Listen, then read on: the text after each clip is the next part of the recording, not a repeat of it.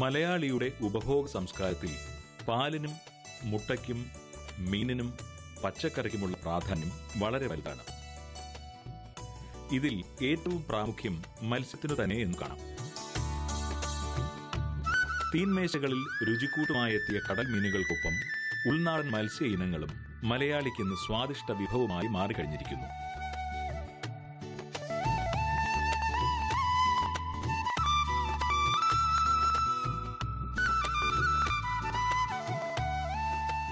ഉൾനാടൻ മത്സ്യങ്ങളോടുള്ള ഈ ജനപ്രിയം മത്സ്യബന്ധന മേഖലയിൽ പുതിയൊരു കാർഷിക സംരംഭത്തിനു തന്നെ വഴിയൊരുക്കി.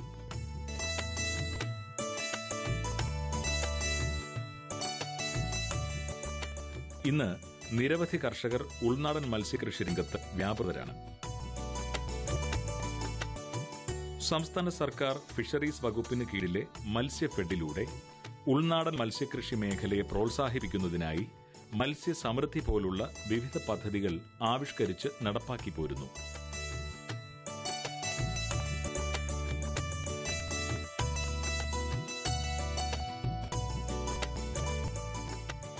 ഈ മേഖലയിൽ പ്രവർത്തിക്കുന്ന മികച്ച സംരംഭകരെ കണ്ടെത്തി സംസ്ഥാന ജില്ലാതല പുരസ്കാരങ്ങൾ നൽകുക വഴി ഈ രംഗത്തെ സമഗ്രമായ പുരോഗതി സർക്കാർ ലക്ഷ്യമിടുന്നു. ഇവിടെയാണ് പത്തനംതിട്ട ജില്ലയിലെ വളഞ്ഞവട്ടം കടപ്ര വാഴപ്പള്ളിൽ പ്രദീപ് ജേക്കബ് അലക്സാണ്ടർ എന്ന സംരംഭകൻ ശ്രദ്ധേയനാകുന്നത്.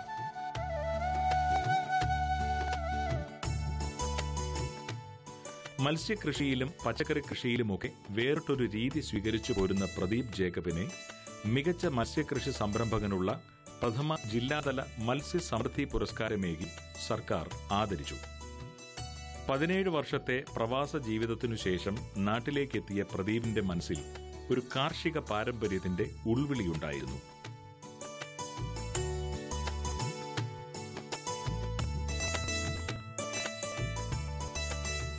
പിന്നെ ഒട്ടും വൈകിയില്ല. പ്രദീപ് കൃഷിയിടത്തിലേക്ക് ഇറങ്ങുകയായിരുന്നു.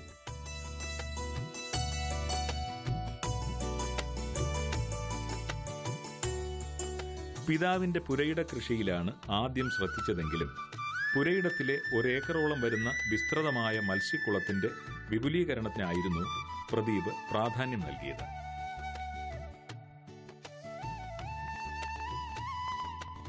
ഫിഷറീസ് വകുപ്പിന്റെ സഹകരണവും നിർദ്ദേശവും സ്വീകരിച്ച് മത്സ്യക്കുളം പ്രദീപ് വിപുലപ്പെടുത്തുകയായിരുന്നു.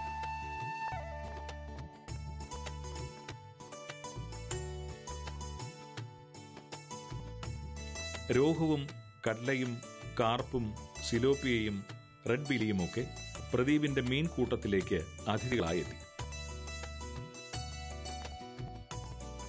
ഇതിൽ സിലോപ്പിയ ഇനങ്ങളെ സ്വകാര്യ മത്സ്യക്കുഞ്ഞ് വിതരണ ഏജൻസിയിൽ നിന്നാണ് വാങ്ങിയത്. മറ്റിനങ്ങളെല്ലാം നൽകിയത് ഫിഷറീസ് വകുപ്പ് തന്നെ.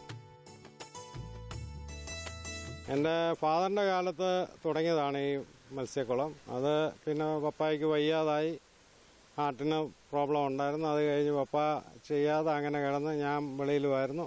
ആ സമയത്ത് അങ്ങനെ കിടന്ന് കാട് പിടിച്ച് അത് കഴിഞ്ഞ് ഞാൻ ഇവിടെ വന്ന് അത് വൃത്തിയാക്കി, പപ്പയുടെ കാലശേഷം ഞാനത് വൃത്തിയാക്കി തുടങ്ങി. ഇപ്പം കട്ട്ല, റോഹു, ഗ്രാസ് കാർപ്പ്, തിലോപ്പിയ മുതലായ മീനുകൾ ഇതിനകത്തുണ്ട്. ആദ്യത്തെ വിളവെടുപ്പ് ആദ്യമായിട്ട് നമ്മൾ ഫിഷറീസിൽ നിന്ന് കുറേ മത്സ്യക്കുഞ്ഞുങ്ങളെ കിട്ടി, അതിനെ ഇട്ട് വളർത്തി. അത് ആദ്യമായിട്ട് ഇവിടെ വിറ്റു. അത് ഏകദേശം ഒരു ടൺ മീനിൽ കൂടുതൽ ഞാൻ വിറ്റു. അത് കഴിഞ്ഞപ്പോൾ അത് കുറച്ചുകൂടെ നന്നായിട്ട് ചെയ്യണമെന്ന് തോന്നി. പ്രൈവറ്റ് ഫാമിൽ നിന്ന് തന്നെ മീൻ കുഞ്ഞുങ്ങളെ മേടിച്ചു ഇട്ടു. ഇപ്പം നല്ല രീതിയിൽ അത് വിൽപ്പന നടക്കുന്നു. ദിവസവും ഇവിടെ ആൾക്കാർ വരും, വാങ്ങും. അങ്ങനെയാണ് ഇപ്പോഴത്തെ. മത്സ്യകൃഷിയിൽ സീറോ വേസ്റ്റ് സംവിധാനമാണ് പ്രദീപ് ഇവിടെ അവലംബിച്ചിരിക്കുന്നത്. ഒന്നൊന്നിന് വളമോ ഭക്ഷണമോ ആയുള്ള സമ്പൂർണ്ണ മാലിന്യ നിർമ്മാർജ്ജനം ഈ സംരംഭകൻ ഇവിടെ ലക്ഷ്യമിടുന്നു. ആ കാഴ്ച നിറവണിയുന്നത് പ്രദീപിന്റെ മത്സ്യക്കുളത്തിനു ചുറ്റുമുള്ള കരയിലും കുളത്തിലേക്കുള്ള ഇറക്കത്തിലുമായി കൃഷി ചെയ്തിരിക്കുന്ന പച്ചക്കറി വിളകളിലാണ്. പ്രദീപിന്റെ കൃഷിയിടത്തിൽ അതൊരു കച്ചാ ടാങ്കാണ്, മൺകുളമാണ്. ആ കുളത്തിന്റെ മുകളിൽ പന്തലുണ്ടാക്കി അദ്ദേഹം പച്ചക്കറി കൃഷി ചെയ്യാണ്. ആ പച്ചക്കറി കൃഷിയുടെ അവശിഷ്ടങ്ങൾ മുഴുവൻ മത്സ്യത്തിന് മിച്ചം വരുന്ന സാധനങ്ങൾ മുഴുവൻ മത്സ്യത്തിന് ആഹാരമാക്കും. പച്ചക്കറി കൃഷിക്ക് വേണ്ട വെള്ളം നമ്മുടെ ഈ മത്സ്യക്കുളത്തിൽ നിന്ന് ഉപയോഗിക്കുകയാണ്. ഇത് പരമ്പരാഗതമായി നമ്മൾ ചെയ്തു വന്നിരുന്ന ഒരു സമ്പ്രദായമാണ്. കാരണം കുളത്തിലെ മത്സ്യങ്ങൾ വളരുക, കുളത്തിലെ പായലും കുളത്തിലെ വളവും കൃഷിക്ക് ഉപയോഗിക്കുന്ന സമ്പ്രദായമാണ്. പക്ഷേ ഇത് എഫക്റ്റീവായിട്ട് സമന്വയിപ്പിച്ചിട്ടുണ്ട് എന്നുള്ളതാണ്. കാരണം നമുക്കിന്ന് കേരളത്തിൽ ഒരു കൃഷിയെ മാത്രം ആശ്രയിച്ച് മുന്നോട്ട് പോകാൻ കഴിയില്ല. പച്ചക്കറി കൃഷി കൊണ്ട് മാത്രം ഒരു കൃഷിക്കാരന് ജീവിക്കാൻ കഴിയില്ല. മത്സ്യകൃഷി കൊണ്ടോ കന്നുകാലി വളർത്തൽ കൊണ്ടോ നെൽകൃഷി കൊണ്ടോ തെങ്ങ് കൃഷി കൊണ്ടോ മാത്രം സാധ്യമല്ല. സംയോജിതമായ സമീപനം വേണം. വിവിധ വിളകൾ കൂട്ടിയോജിപ്പിക്കണം.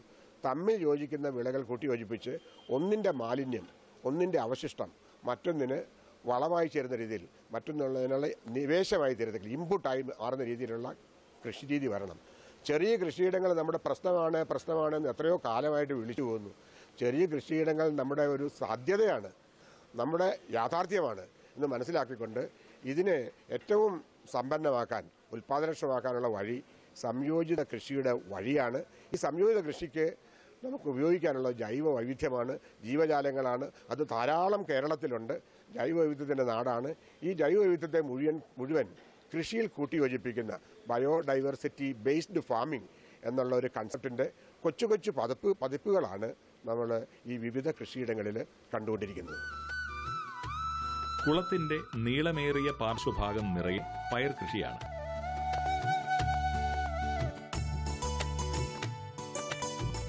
വീതിയുള്ള ഭാഗത്ത് വെണ്ട, പാവൽ, പടവലം, വെള്ളരി, കുമ്പളം, മത്തൻ, വഴുതന, മുളക് വർഗ്ഗങ്ങൾ തുടങ്ങിയവയും നല്ല ഫലങ്ങളിലേക്ക് വളർന്നു പടർന്നു നിൽക്കുന്നു.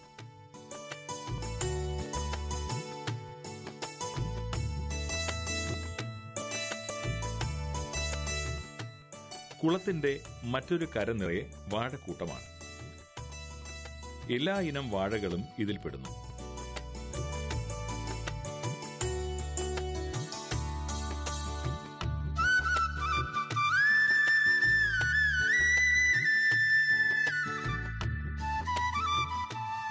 കുളത്തിലെ മത്സ്യവിസർജ്യവും മറ്റുമടങ്ങിയ ചെളിയും കുളത്തിൽ നിന്നും നനച്ചു കൊടുക്കുന്ന വെള്ളവും മാത്രമാണ് പച്ചക്കറി വിളകൾക്കുള്ള വളം.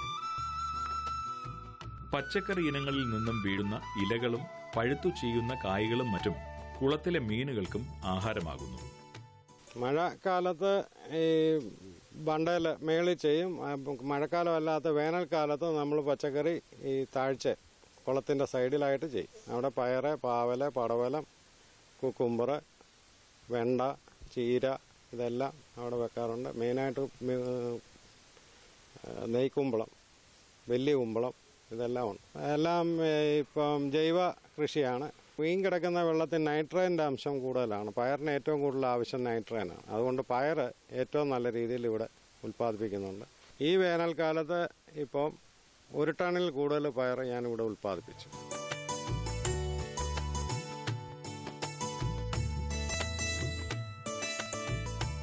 കുളത്തിലെ മീനുകൾക്ക് ഭീഷണിയാകുന്ന പക്ഷികളെ പ്രതിരോധിക്കാനുള്ള ഒരു മാർഗം കൂടിയാണ് ഈ പച്ചക്കറി വിധാനം.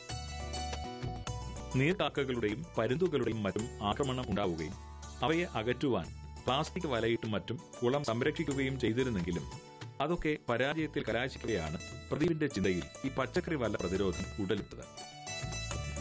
പക്ഷികളുടെ വലുതായിട്ട് ഇവിടെ ഇപ്പം ഇതുവരെ ശല്യമില്ല. നീർക്കാക്ക അങ്ങനെയുള്ള ശല്യങ്ങളൊന്നുമില്ല. പിന്നെ ഈ പൊന്മാനെന്ന് പറയുന്ന ഇതേ ഉള്ളൂ ഇപ്പം. അതിപ്പോൾ ഞാൻ ഈ പച്ചക്കറി ഇതിൻ്റെ മേളിൽ ചെയ്യുന്നതുകൊണ്ട് അതും ശല്യം കുറവാണ്. പെല്ലറ്റ്, ഗോതമ്പ് തവിട്, പുഴുങ്ങിയ ഗോതമ്പ് എന്നിവയ്ക്കൊപ്പം അടുക്കളയിൽ നിന്നുള്ള ഭക്ഷ്യാവശിഷ്ടങ്ങളും പുരയിടത്തിലെ ജൈവ അവശിഷ്ടങ്ങളുമാണ് മത്സ്യങ്ങൾക്കുള്ള മറ്റൊരു പ്രധാന ആഹാരം. അങ്ങനെ വീട്ടിലെയും തൊടിയിലെയും ജൈവ ആഹാരം മീനുകൾക്കേകുകയും മീൻകുളത്തിലെ പോഷക സമൃദ്ധമായ ജലം ഇവിടെ സസ്യങ്ങൾക്ക് വളമാവുകയും ചെയ്യുന്നു. ഫീഡിങ് രാവിലെയും വൈകിട്ടുമാണ് നമ്മൾ കൊടുക്കുന്നത്. അതിന് ഫിഷ് ഫീഡ് വാങ്ങണമെന്നുണ്ടെങ്കിൽ അതിന് വലിയ വിലയായതുകൊണ്ട് ഗോതമ്പ് പുഴുങ്ങി പിന്നെ ഇവിടുത്തെ നമ്മുടെ കാലിത്തീറ്റ എല്ലാ കാലിത്തീറ്റയും ഇത് തിന്നും. അതിൻ്റെ കൂട്ടത്തിൽ ഗോതമ്പ് തവിട് ഇതെല്ലാം കൊടുക്കും. അടുക്കളയിൽ നിന്നുള്ള നമ്മുടെ ഇവിടെ നിന്നുള്ള പച്ചക്കറി വേസ്റ്റുകൾ അങ്ങനെയൊക്കെ ഉള്ളത് ഇടും. പച്ചക്കറി നമ്മളിവിടെ തന്നെ ഉൽപ്പാദിപ്പിക്കുന്ന പച്ചക്കറി അഴുക്കായതും അതുമെല്ലാം മീൻ തന്നെ കൊടുക്കണം. അത് ഗ്രാസ് കാർപ്പ് അങ്ങനെയുള്ള മീനുകളെല്ലാം അത് നല്ലവണ്ണം ഭക്ഷിക്കും.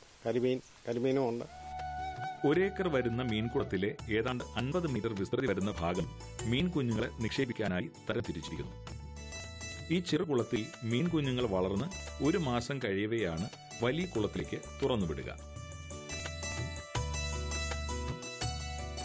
കുളത്തിൽ ചുറ്റുവലയിട്ടാണ് പ്രദീപിന്റെ മത്സ്യബന്ധനം. ഇതിനായി ഒരു പ്രത്യേക വല തന്നെ തയ്യാറാക്കിയിരിക്കുന്നു. മീൻപിടുത്തത്തിലെ സാമ്പ്രദായികവും ശാസ്ത്രീയവുമായ വശങ്ങളെല്ലാം പ്രദീപ് ഇവിടെ പ്രയോഗിക്കുന്നു.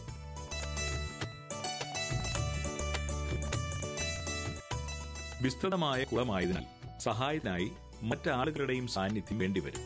അതിനായി 1-2 സഹായികളെയും പ്രദീപ് കൂടെ ചേർക്കുന്നു.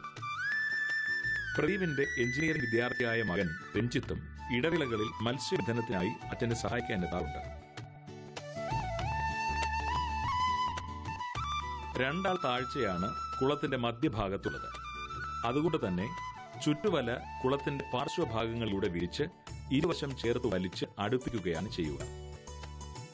ഇവിടെ വലക്കണികൾ വിരിച്ചു കൊടുക്കേണ്ടതുണ്ട്. ആഴമുള്ള ഭാഗത്ത് ചെയ്യേണ്ട ആ ജോലിയുടെ ഉത്തരവാദിത്വം പ്രദീപിന്റേതാണ്. ചുറ്റുവല കുളം കോരി തീരത്തേക്ക്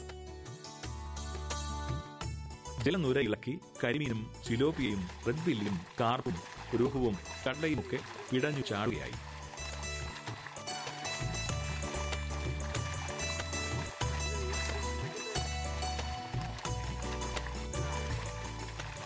പാകമാർന്ന മത്സ്യങ്ങൾ വിൽപ്പനയ്ക്കായി മാറ്റുന്നു.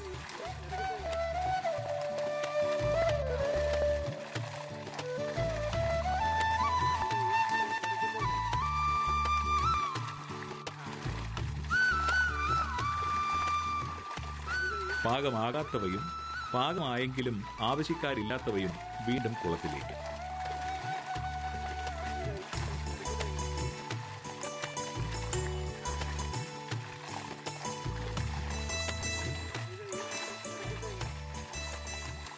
ഈ വർഷം സിലോപ്പിയ ഒഴിച്ച് 4 ടൺ മത്സ്യങ്ങളാണ് പ്രദീപ് ജേക്കബ് വിറ്റഴിച്ചത്. സിലോപ്പിയാണെങ്കിൽ 2 ടൺ വിറ്റതിന്റെ ചാരിതാർത്ഥ്യത്തിലാണ് ഈ സംരംഭകൻ.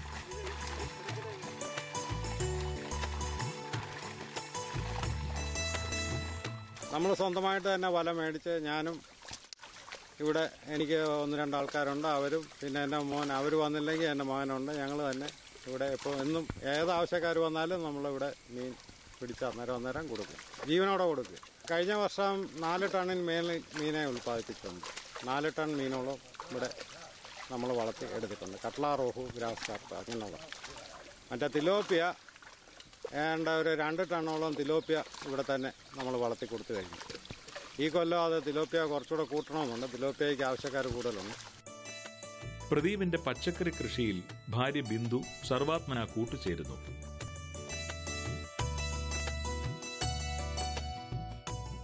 പ്രദീപിന്റെ വിശാലമായ കുളക്കരയിൽ എല്ലാ പച്ചക്കറികളും എന്നും ലഭ്യമാണ് എന്നതാണ് പ്രധാന പ്രത്യേകത.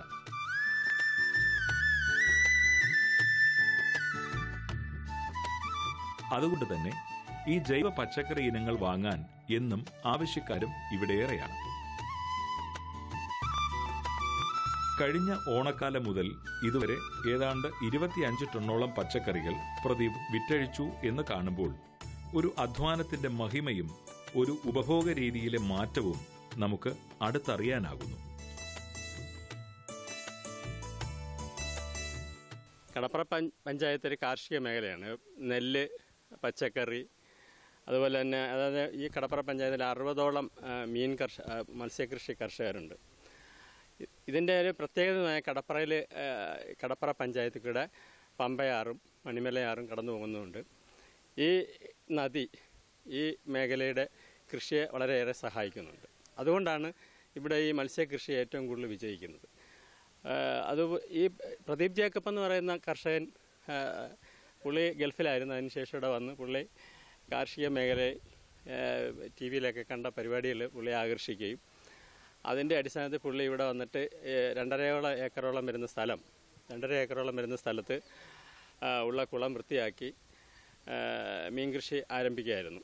പുള്ളി അതിൽ വളരെയേറെ നേട്ടം കൈവരിക്കുകയും ജില്ലാതലത്തിലുള്ള അവാർഡ് പുള്ളിക്ക് കിട്ടുകയും ചെയ്തു. അതിനുശേഷം അതിനോടൊപ്പം തന്നെ ആണ് പുള്ളി പച്ചക്കറി കൃഷിയിലും വ്യാപൃതനായ.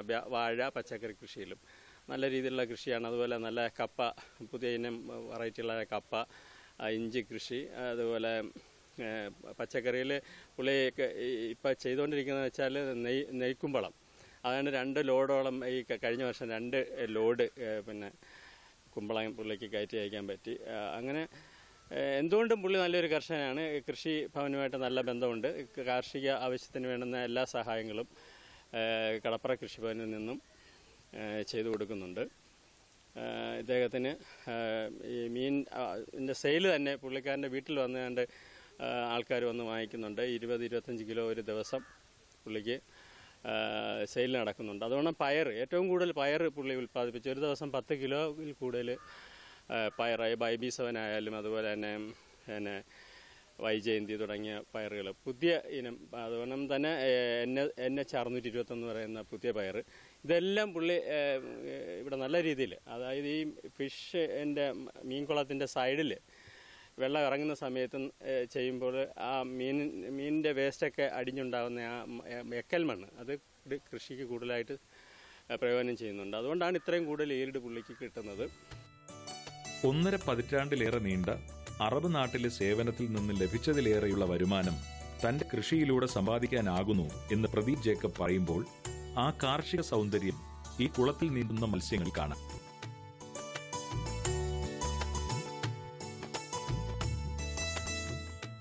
പച്ച തഴച്ച് തുടുത്തു നിൽക്കുന്ന ഈ കായ്കറികളിലും കാണാം. ഇപ്പം ഗൾഫിൽ ജോലി ചെയ്തുകൊണ്ട് അവിടെ കിട്ടിയിരുന്ന ശമ്പളത്തിനേക്കാളിലും കൂടുതൽ പൈസ എനിക്കിവിടെ കിട്ടുന്നു.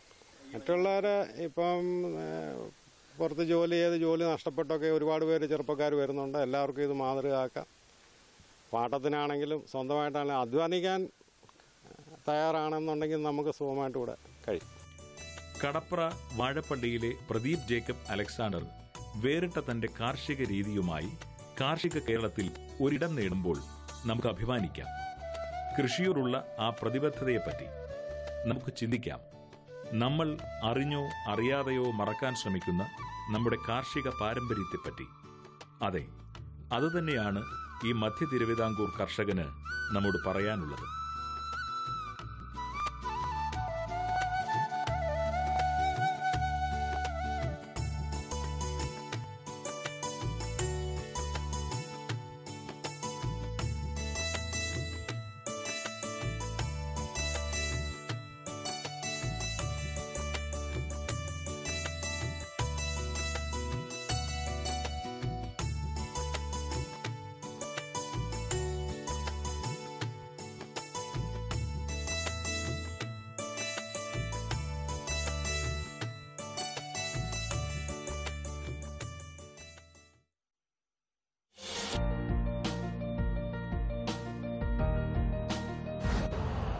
यूरिया का स्वदेशी उत्पादन 70 लाख टन बढ़ाने के लिए 6 उर्वरक संयंत्रों का उद्धार किया जा रहा है।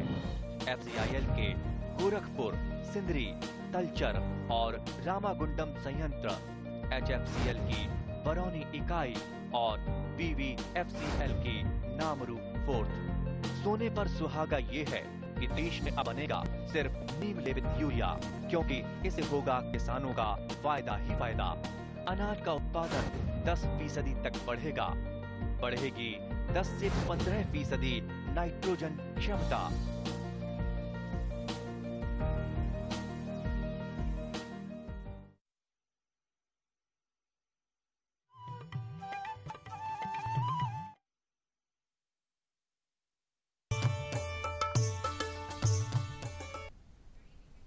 നമസ്കാരം. ദൂരദർശൻ കാർഷിക വാർത്തകളിലേക്ക് സ്വാഗതം. പ്രധാന വാർത്തകൾ. ഹരിതഗൃഹ കൃഷിയിൽ പരിശീലനം. വാഴപ്പഴം ഉപയോഗിച്ച് മിഠായി തയ്യാറാക്കാം. കരനെൽ കൃഷിക്ക് ധനസഹായം.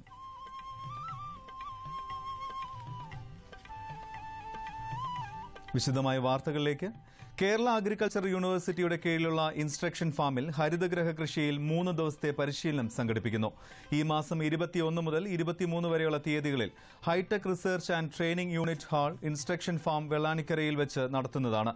ഹരിതഗൃഹ കൃഷിയെക്കുറിച്ചും ഹരിതഗൃഹ കൃഷി നിർമ്മാണം, ഹൈഡ്രോപോണിക്സ്, അക്വാപോണിക്സ്, രോഗകീട നിയന്ത്രണം, ഹരിതഗൃഹത്തിലെ സൂക്ഷ്മ ജലസേചനം, ഫെർട്ടിഗേഷൻ, കാലാവസ്ഥാ ക്രമീകരണം, മണ്ണ് പരിപാലനം, വിവിധ വിളകളുടെ പരിപാലനം എന്നിവയെക്കുറിച്ച് വിദഗ്ധർ ക്ലാസുകൾ എടുക്കുന്നതായിരിക്കും. കൂടുതൽ വിവരങ്ങൾക്ക് ബന്ധപ്പെടാവുന്ന phone number 7025498850. Pathanamthitta ICAR CARD Krishi Vigyan കേന്ദ്രം റോബസ്റ്റ ഗ്രാൻഡ് നെയിൻ വാഴപ്പഴം ഉപയോഗിച്ച് രുചികരമായി മിഠായി തയ്യാറാക്കുന്നതിനുള്ള സാങ്കേതിക വിദ്യ വികസിപ്പിച്ചു. പഴുത്ത പഴം ഉണക്കിയാണ് മിഠായി തയ്യാറാക്കുന്നത്. ഇതുകൂടാതെ വാഴപ്പഴത്തിര ഉണ്ടാക്കുന്നതിനുള്ള സാങ്കേതിക വിദ്യയും ഇവിടെ ലഭ്യമാണ്. കൂടുതൽ വിവരങ്ങൾക്ക് ബന്ധപ്പെടാവുന്ന ഫോൺ നമ്പർ 04692662 ചെങ്ങന്നൂർ സെൻട്രൽ ഹാച്ചറിയോടനുബന്ധിച്ച് പ്രവർത്തിച്ചു വരുന്ന ട്രെയിനിംഗ് ഇൻസ്റ്റിറ്റ്യൂട്ടിന്റെ ആഭിമുഖ്യത്തിൽ കർഷകർക്കായി ഈ മാസം 12 മുതൽ 14 വരെ മുട്ടക്കോഴി വളർത്തൽ, 16 കാട വളർത്തൽ, 21 മുതൽ 23 വരെ ഇറച്ചിക്കോഴി വളർത്തൽ, 27, 28 തീയതികളിൽ ആട് വളർത്തൽ തുടങ്ങിയ വിഷയങ്ങളിൽ പരിശീലനം നടത്തുന്നു. കൂടുതൽ വിവരങ്ങൾക്ക് 0472457778 എന്ന നമ്പറിൽ വിളിക്കുക. കെപ്കോ ചിക്കനും മറ്റ് അനുബന്ധ ഉൽപ്പന്നങ്ങൾക്കും Statue, Vattiyoorkavu, Poojappura, Anayara World Market, Palayam, Pattom, Marappalam, Vallakkadavu, Thirumala, Malayinkeezhu എന്നീ സ്ഥലങ്ങളിൽ ഏജൻസികൾക്ക് കെപ്കോ അപേക്ഷ ക്ഷണിച്ചു. താൽപര്യമുള്ളവർ ഈ മാസം 24 തീയതിക്ക് വൈകിട്ട് 5 മണിക്ക് മുൻപായി ഇനി പറയുന്ന വിലാസത്തിൽ അപേക്ഷിക്കുക. മാനേജിംഗ് ഡയറക്ടർ, കേരള സംസ്ഥാന പൌൾട്രി വികസന കോർപ്പറേഷൻ, പേട്ട, തിരുവനന്തപുരം 695024. ബന്ധപ്പെടാവുന്ന ഫോൺ നമ്പർ 0471247885. Mobile number 9495000921. മുളക്, വഴുതന എന്നിവയിൽ ബാക്ടീരിയ വാട്ടരോഗം വ്യാപകമാണ്. ഇത് ഒഴിവാക്കാൻ രോഗപ്രതിരോധ ശേഷി കൂടിയ ഹരിത എന്ന വഴുതന ഇനവും അനുഗ്രഹ എന്ന മുളകിനവും നടുന്നത് ഉചിതമായിരിക്കുമെന്ന് വെള്ളയാണി മേഖലാ കാർഷിക ഗവേഷണ കേന്ദ്രം അറിയിച്ചു. കൂടുതൽ വിവരങ്ങൾക്ക് ടോൾ ഫ്രീ നമ്പറായ 1804251661 എന്ന നമ്പറിലോ 9447051661 എന്ന വാട്സ്ആപ്പ് നമ്പറിലോ ബന്ധപ്പെടുക. വിരിപ്പ് കൃഷിക്ക് ഞാറ് പറിച്ചു നടലിന്റെ സമയമാണിത്. ഞാറുകൾ നടുന്നതിന് മുൻപ് സ്യൂഡോമോണസ് 20 ഗ്രാം 1 ലിറ്റർ വെള്ളത്തിലെന്ന തോതിൽ ഉണ്ടാക്കിയ ലായനിയിൽ അരമണിക്കൂർ മുക്കിവെച്ച ശേഷം നടണം. പോളച്ചീയൽ രോഗം വരാതിരിക്കാൻ ഇത് സഹായിക്കും. കോഴിക്കോട് ബേപ്പൂർ നടുവട്ടത്തുള്ള കേരള സർക്കാർ ക്ഷീരപരിശീലന കേന്ദ്രത്തിൽ വെച്ച് ജൂൺ 12 മുതൽ 17 വരെ ഡയറി ഫാമിന്റെ ആസൂത്രണം, ലാഭകരമായ നടത്തിപ്പ്, വൈവിധ്യവൽക്കരണം എന്നീ വിഷയങ്ങളിൽ പരിശീലനം നൽകുന്നു. താൽപര്യമുള്ളവർ ജൂൺ 12 മുൻപ് രാവിലെ 10 മണിക്ക് മുൻപായി ഫോട്ടോ പതിച്ച ID കാർഡ് സഹിതം കേന്ദ്രത്തിൽ എത്തേണ്ടതാണ്. കൂടുതൽ വിവരങ്ങൾക്ക് ബന്ധപ്പെടാവുന്ന ഫോൺ നമ്പർ 04952414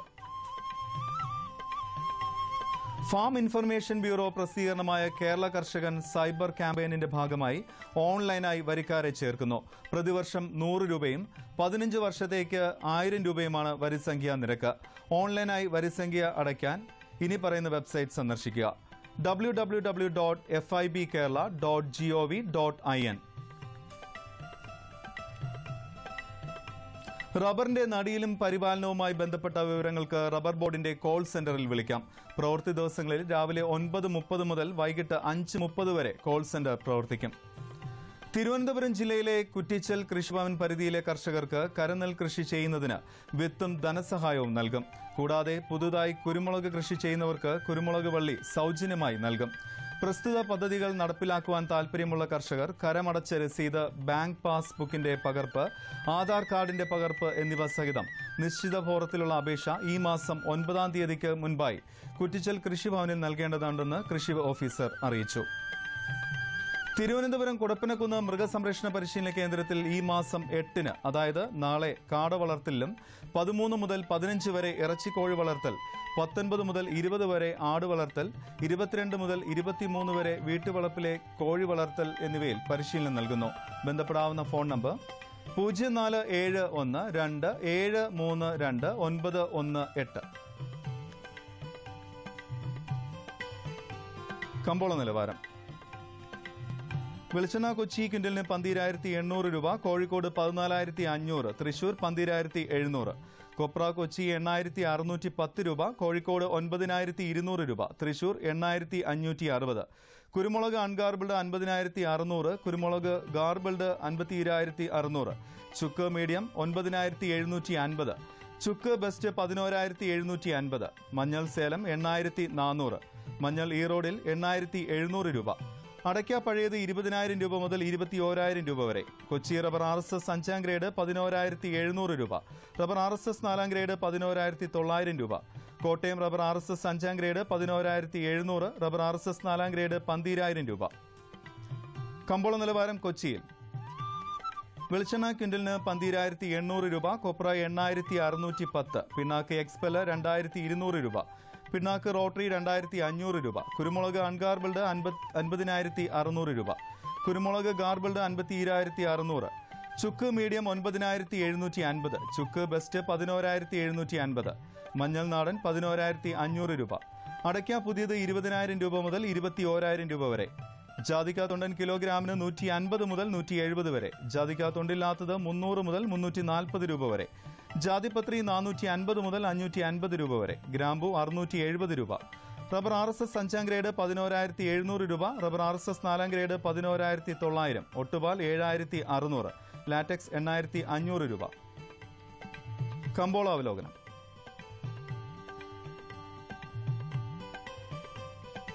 ഹൈറേഞ്ച് കുരുമുളക് ശേഖരിക്കാൻ അന്തർ സംസ്ഥാന വ്യാപാരികൾ ഉത്സാഹിച്ചത് മുളക് വില ഉയർത്തി. ടെർമിനൽ വിപണിയിൽ മികച്ച കുരുമുളകിന്റെ ലഭ്യത കുറവാണ്. വിദേശ ഓർഡറുകളുടെ അഭാവം മൂലം കയറ്റുമതിക്കാർ രംഗത്ത് സജീവമല്ല. ഇന്നും ഇന്നലെയും നടന്ന ഏലക്ക ലേലത്തിന് വന്ന ചരക്ക് പൂർണ്ണമായി വിറ്റഴിഞ്ഞു. ഉൽപ്പന്നം സ്വന്തമാക്കാൻ ഇടപാടുകാർ ഉത്സാഹിച്ചത് മികച്ച ഏലക്ക വില 1,254 രൂപയിലെത്തിച്ചു. ശരാശരി ഇനങ്ങൾ കിലോ 1,019 രൂപയിലാണ്. വിളവെടുപ്പിന് കാലതാമസം നേരിടുമെന്ന ആശങ്കയാണ് വില ഉയർത്താൻ വാങ്ങലുകാരെ പ്രേരിപ്പിച്ചത്. റബ്ബർ വിപണിയിലെ മാന്ദ്യം വിട്ടുമാറിയില്ല. ടയർ വ്യവസായികൾ കോട്ടയത്ത് 4ാം ഗ്രേഡ് കിലോ 120 രൂപയ്ക്ക് ശേഖരിച്ചു. കൊച്ചിയിൽ നിരക്ക് 119 രൂപയാണ്. വിപണിയിൽ ഷീറ്റിന്റെ ലഭ്യത ചുരുങ്ങി. നാളികേര ഉൽപ്പന്നങ്ങളുടെ വിലയിൽ മാറ്റമില്ല. കൊച്ചി, കോഴിക്കോട്, തൃശൂർ വിപണികളിൽ വെളിച്ചെണ്ണ വില സ്റ്റഡിയാണ്. ഇനി കാലാവസ്ഥ. കണ്ണൂർ കൂടിയ താപനില 31.4 ഡിഗ്രി സെൽഷ്യസ്, കുറഞ്ഞ താപനില 24.6 ഡിഗ്രി സെൽഷ്യസ്. കോഴിക്കോട് 30.6, 24.6. കൊച്ചി 30.6, 24.2. ആലപ്പുഴ 29.8, 25. പുനലൂർ 31.8, 24.5. തിരുവനന്തപുരം കൂടിയ താപനില 31.3 ഡിഗ്രി സെൽഷ്യസ്, കുറഞ്ഞ താപനില 25 ഡിഗ്രി സെൽഷ്യസ്. ഇന്നത്തെ കാർഷിക വാർത്തകൾ സമാപിക്കുന്നു. നമസ്കാരം.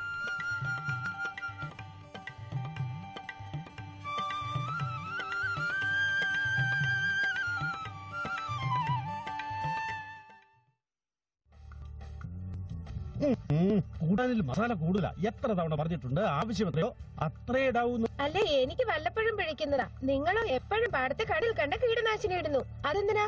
നേരാ മോള് പറഞ്ഞത്. നോക്ക്, വയലിൽ എത്ര വേണോ അത്രേ മരുന്നടിക്കാവൂ. ഓർത്തോളൂ, കീടനാശിനി വിഷമാണെന്ന് മറക്കണ്ട. ടിന്നിൽ എഴുതിയിട്ടുള്ള കണക്കിലെ മരുന്നടിക്കാവൂ. ആദ്യം ഫെറോമോൺ ട്രാപ്പ്, ലൈറ്റ് ട്രാപ്പ്, മിത്രകീട്, ജൈവ കീടനാശിനി ഇവ ഉപയോഗിക്കുക. ആവശ്യമെങ്കിൽ മാത്രം രാസകീടനാശിനി പ്രയോഗിക്കുക.